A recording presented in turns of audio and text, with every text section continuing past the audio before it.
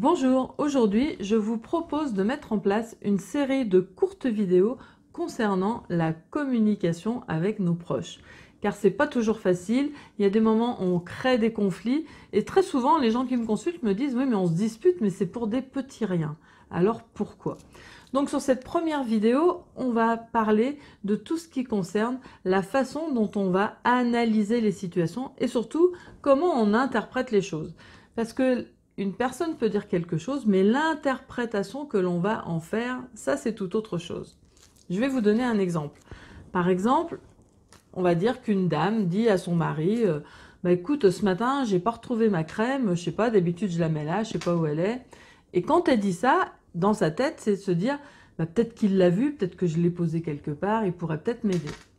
Mais si le conjoint se dit oui, là, hier elle m'a déjà reproché quelque chose, donc elle doit encore être en train de me reprocher un truc, il va lui répondre oui, parce que tu crois que j'ai peut-être pris ta crème, tu crois que j'ai besoin de cette crème-là. Et du coup, il va commencer à mal parler et ça va enchaîner sur des conflits qui peuvent arriver. Tout ça parce que le monsieur va penser qu'elle lui en veut et qu'il a certainement pris quelque chose. Et alors que ce n'était absolument pas ce qu'elle pensait au départ. Elle voulait de l'aide pour trouver sa crème et des indices s'il l'avait vue quelque part. Donc ça, c'est un exemple. Mais en tout cas, toujours est-il, c'est que chacun va analyser ce qui est dit avec ses filtres, avec ses propres filtres, avec ses propres colères, avec ses propres peurs. Donc, il est vraiment important que vous soyez très vigilant, surtout quand c'est vous qui interprétez. Quand quelqu'un dit quelque chose, essayez de rester neutre. Essayez de ne pas imaginer ce qu'il peut vouloir dire derrière, de ne pas imaginer ce qu'il peut penser. Essayez de voir les choses de la façon la plus simple possible, en répondant de façon la plus neutre. Après, au fur et à mesure de la conversation, vous verrez si la personne essaye vraiment de vous titiller sur des choses ou pas. Mais ne partez pas d'emblée avec des pensées, des prérequis que l'autre il vous en veut, que l'autre il veut vous faire ci ou ça. Donc ça, vous allez vous en rendre compte facilement quand c'est à votre détriment.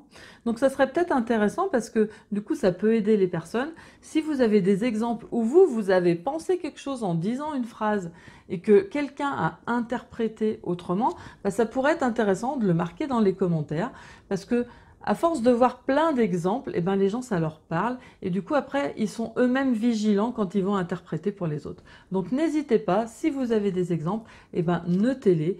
À quel moment, avec quel terme vous avez utilisé quel terme et qu'est-ce que les autres ont compris alors que ce n'était pas du tout ce que vous pensiez. Donc en effet, il y a la personne extérieure qui peut analyser avec ses propres filtres et peut-être que vous-même, vous n'utilisez pas forcément les bons mots quand vous exprimez les choses. Et du coup, ça va être mal pris. Donc ça sera l'objet de notre vidéo numéro 2. À très bientôt.